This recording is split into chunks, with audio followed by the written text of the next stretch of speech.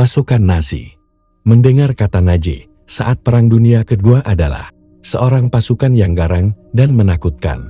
Apalagi mendengar nama Hitler, sangat menyeramkan. Tapi kisah kali ini bukan tentang Hitler ataupun Nazi, tapi kisah pilu seorang tentara Nazi. Ia hanya seorang ayah biasa yang harus menjalankan kewajibannya berperang. Karena jika ia tidak ikut, tentu saja sanksi yang akan menunggunya, dan bahkan keluarganya juga ikut kena sanksi. Dia berperang dengan perasaan cemas, anak dan istrinya yang mengharapkan kembalinya sang ayah dengan selamat. Bahkan setelah kalah perang pun, hidupnya malah luar biasa menderita, karena harus ditahan belasan tahun di kemtahan Uni Soviet. Neraka Uni Soviet. Segala kekerasan dan penderitaan harus ia alami di sana. Baiklah, kisah dimulai. Cerita dimulai dengan kisah pilu. Kisah pilu tentara Nazi Jerman yang diangkat dari kisah nyata. Di sini kita mengenal sosok tentara bernama Vorel, salah satu dari tentara Nazi Jerman. Di sini Aurel terlihat begitu senang, karena sebentar lagi ia akan mempunyai seorang bayi, dan anak pertamanya Lisa selalu berharap agar ayahnya menyempatkan dirinya untuk mengirimkan surat sesering mungkin. Meskipun berat meninggalkan keluarganya, namun tugas sebagai seorang prajurit tidak bisa ia abaikan. Vorel berjanji kepada istrinya bahwa ia akan pulang saat Natal nanti. Singkat cerita, setelah berakhirnya Perang Dunia Kedua, Vorel malah ditangkap oleh Uni Soviet, dan malah pada tanggal 13 Juli tahun 1945, Vorel dijatuhi hukuman 25 tahun kerja paksa karena kejahatan kepada partisan. Lalu kemudian ia dikirim bersama kelompok tahanan kecam kerja paksa atau yang disebut Gula, yang berada di wilayah Siberia. Waktu itu masih Uni Soviet. Vorel dan tahanan lainnya dibawa menggunakan kereta api di tengah cuaca dingin yang ekstrim. Vorel dan tahanan lainnya hanya menggunakan pakaian seadanya dan tanpa diberi makanan. Mereka semua pun harus bertahan hidup dari cuaca yang begitu ekstrim. Maka tak heran, banyak sekali tahanan yang meninggal setelah perjalanan panjang lintas negara.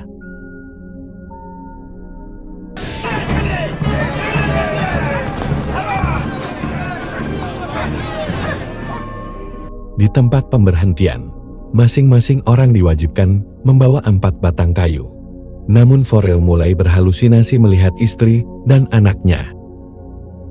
Hal itu membuat dirinya kehilangan fokus, sampai-sampai ia mengambil lebih dari 4 batang kayu, yang membuat dirinya diperlakukan kasar oleh tentara beruang merah.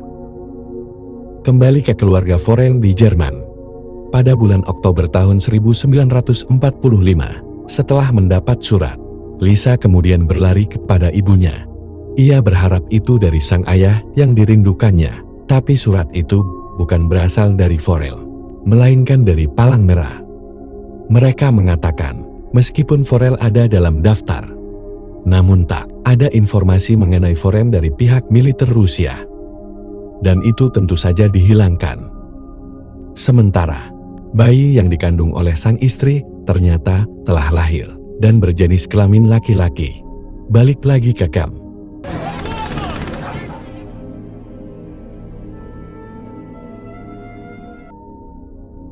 Pada keesokan harinya, para tahanan harus kembali berjuang dengan berjalan kaki melalui gunung salju. Dan tentu saja, itu bukanlah perkara mudah. Kondisi kelaparan dan kedinginan, melewati hutan belantara, bahkan melewati sungai yang beres, sehingga tak sedikit para tahanan yang gugur dan meregang nyawa.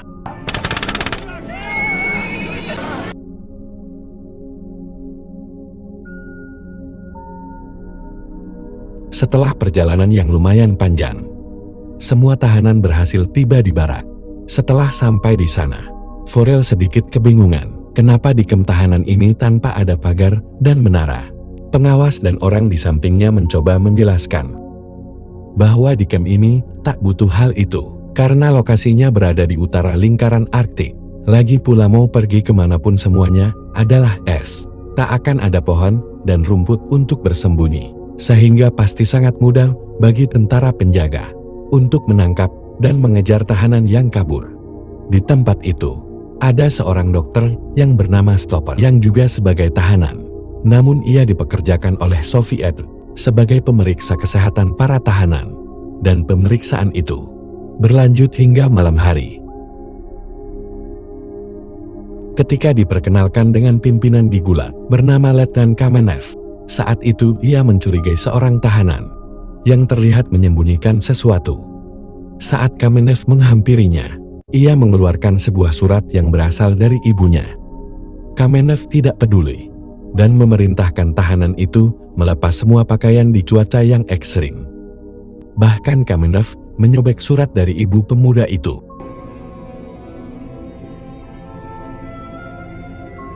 Melihat pemuda itu kedinginan, Forel kemudian menjadi kasihan dan mencoba memberikan mantel kepadanya. Tetapi kelakuannya itu dihentikan oleh Kamenev.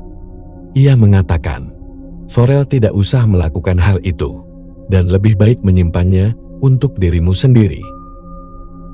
Kini para tahanan masuk ke sebuah gua, dan diperintahkan untuk membersihkan diri dari kotoran, bahkan sampai disuruh mencukur rambutnya satu persatu.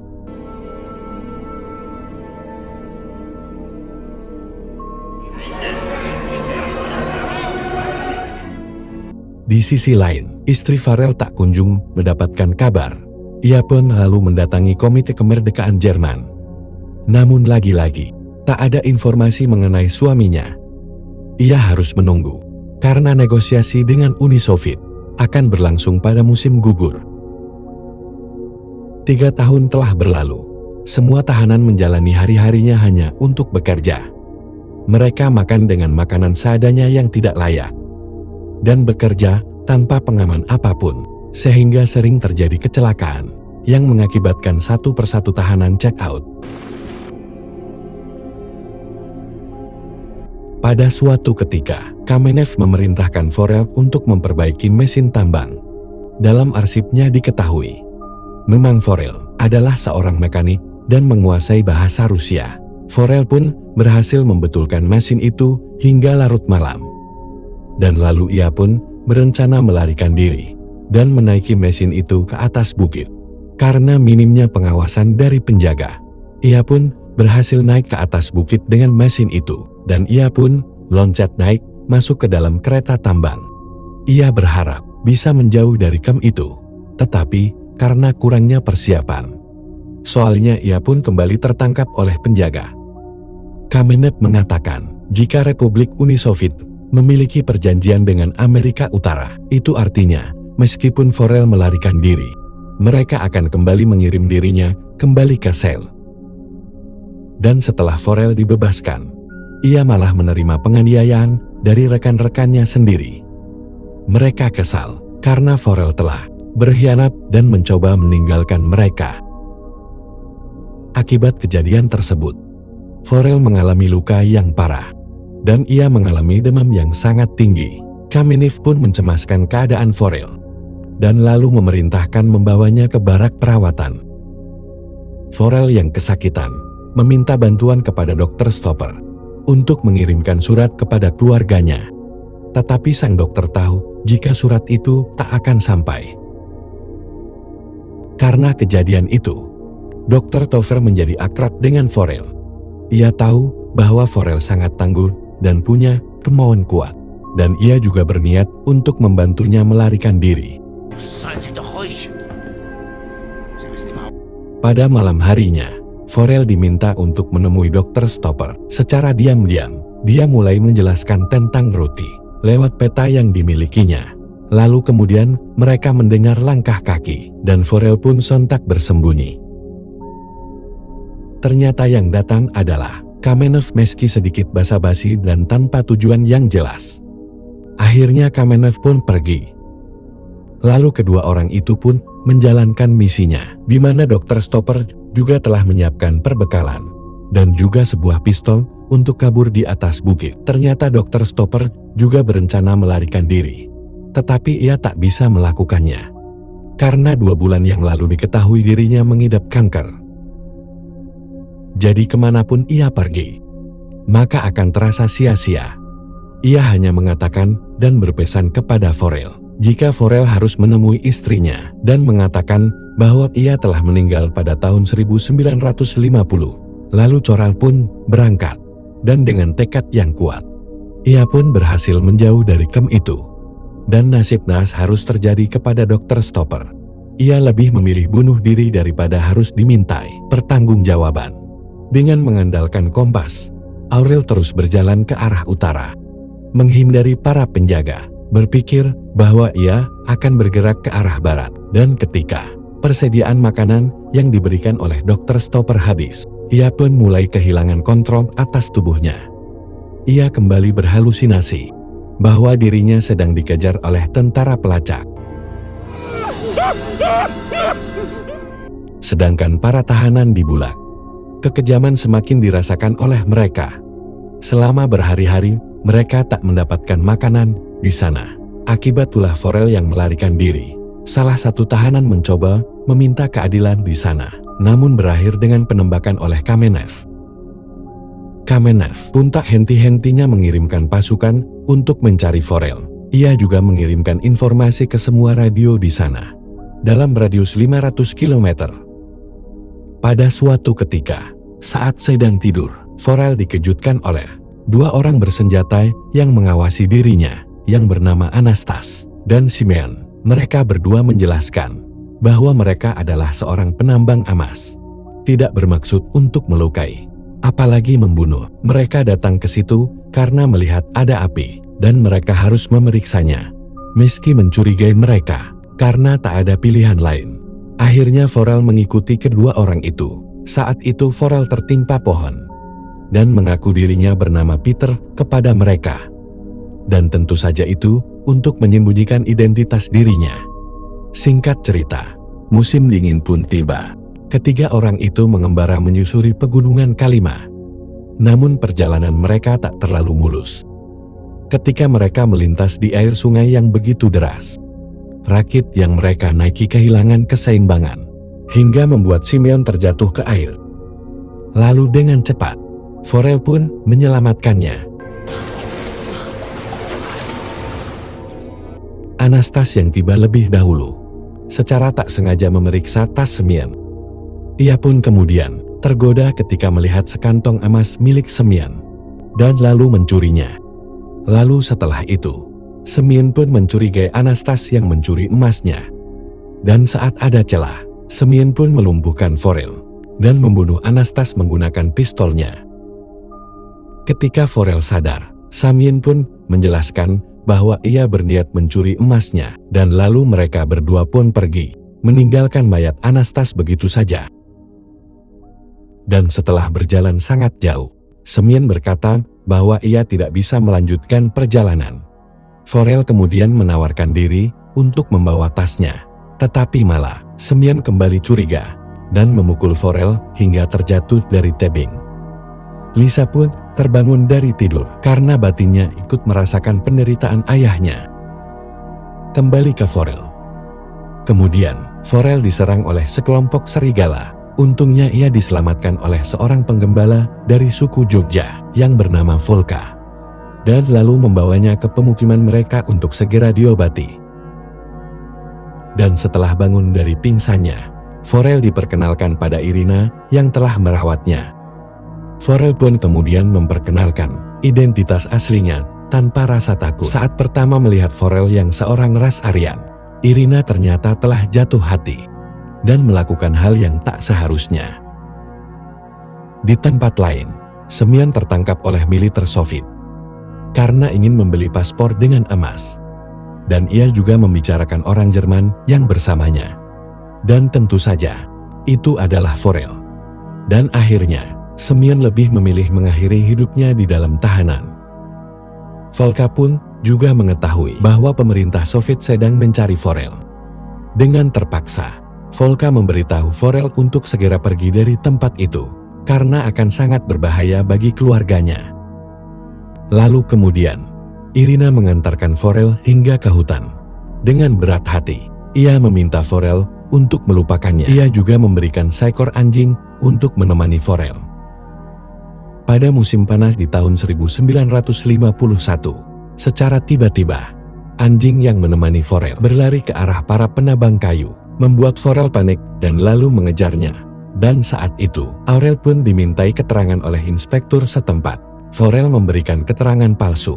Ia bilang ingin menuju Gita, dan juga memberitahu kerja paksanya selama 8 tahun telah berakhir. Sang inspektur sudah paham dengan alasan orang seperti Forel. Ia lalu menggunakan cara yang lebih halus untuk menangkap para tahanan. Ia kemudian memberikan makanan kepada Forel, lalu memberikannya pekerjaan sebagai tukang rem kereta yang bertujuan ke Gita.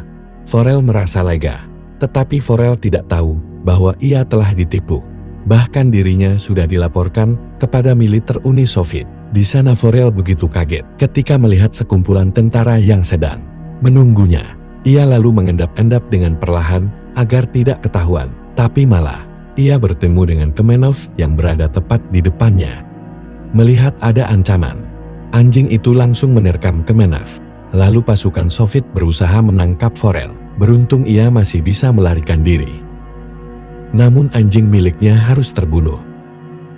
Singkat cerita, pada tahun 1952, Forel sudah berada di Asia Tengah. Penampilannya saat itu terlihat seperti orang gila. Namun, ia masih beruntung sebab masih ada orang yang membantunya. Saat itu, Forel berdoa kepada Sang Pencipta agar diampuni dosanya. Tak lama setelah itu, ia dihampiri oleh seorang pria yang berasal dari Polandia yang bernama Igor. Igor menemui Forel dan meyakinkan bahwa dirinya hanya ingin membantu dan mengajak ke rumahnya. Tetapi pria paruh baya yang melihatnya malah melaporkan Forel kepada kepolisian Soviet. Igor lalu membantunya untuk membersihkan diri dan memberikannya pakaian baru agar Forel bisa membuat paspor. Karena Forel orang Jerman, Forel juga harus menyamarkan namanya menjadi Ivanovic, serta harus merubah kewarganegaraannya. Bukannya percaya, Forel malah khawatir kalau Igor akan berbohong. Ia pun lalu kabur dari situ, melewati jendela. Namun Igor lalu menemui Forel dan menepati janjinya dengan memberikan paspor baru milik Forel. Igor kemudian menyarankan Forel agar segera bergegas menuju Iran. Karena sekarang ini tempat ini sudah tidak aman.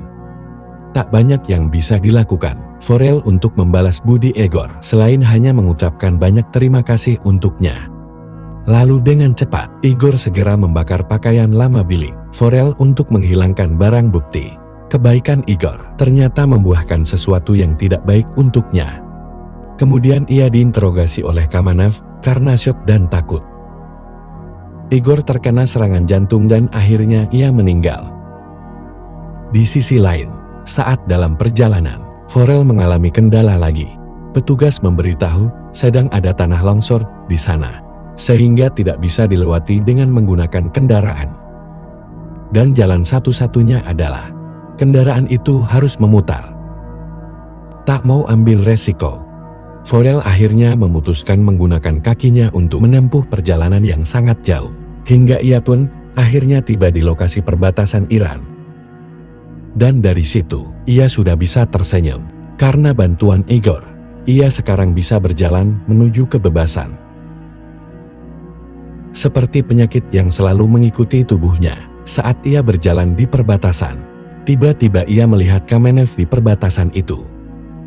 Forel lalu merasa sangat ketakutan. Ia berpikir, ia akan kembali lagi ke neraka Cambula. Namun Kamenev malah memberinya jalan. Namun sebelum Forel berlalu, Kamenev mengatakan,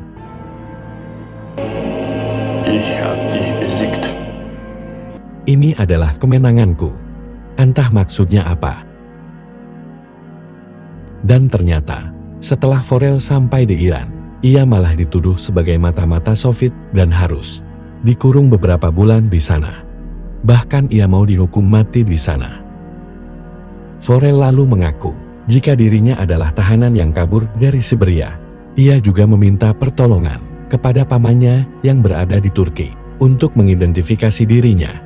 Saat bertemu, pamannya malah tidak terlalu mengenalinya karena terakhir kali ia melihat Forel pada tahun 1937. Namun, saat sang paman mengidentifikasi dirinya untuk kepastian, tiba-tiba Forel melihat foto dirinya. Dan di balik foto tersebut, berisikan ucapan ulang tahun untuk ibunya pada tahun 1939, dan akhirnya paman pun percaya dan Forel kemudian dibebaskan. Sesampainya di Jerman Barat, saat itu bertepatan dengan malam Natal, Forel melihat keluarganya sedang bersiap berangkat menuju gereja, lalu secara perlahan Forel mengikuti mereka secara diam-diam. Ia mengikuti pelan-pelan keluarganya masuk ke dalam gereja. Di dalam gereja, ketika Lisa menoleh, ia tersentak melihat ayahnya, diikuti oleh ibunya yang juga melihat Forel. Tangis haru pun keluar dari mereka semua, hingga akhirnya Forel bisa berkumpul kembali dengan orang-orang yang dicintainya. Setelah segala kesulitan dan nasib buruk yang dialaminya selama beberapa tahun, terutama di neraka kemtahanan Uni Soviet gula, dan kisah pun selesai. Perjuangan seorang tentara Nazi yang ingin kebebasan selama Perang Dunia Kedua dan ingin kembali ke keluarganya. Jangan lupa untuk like dan subscribe.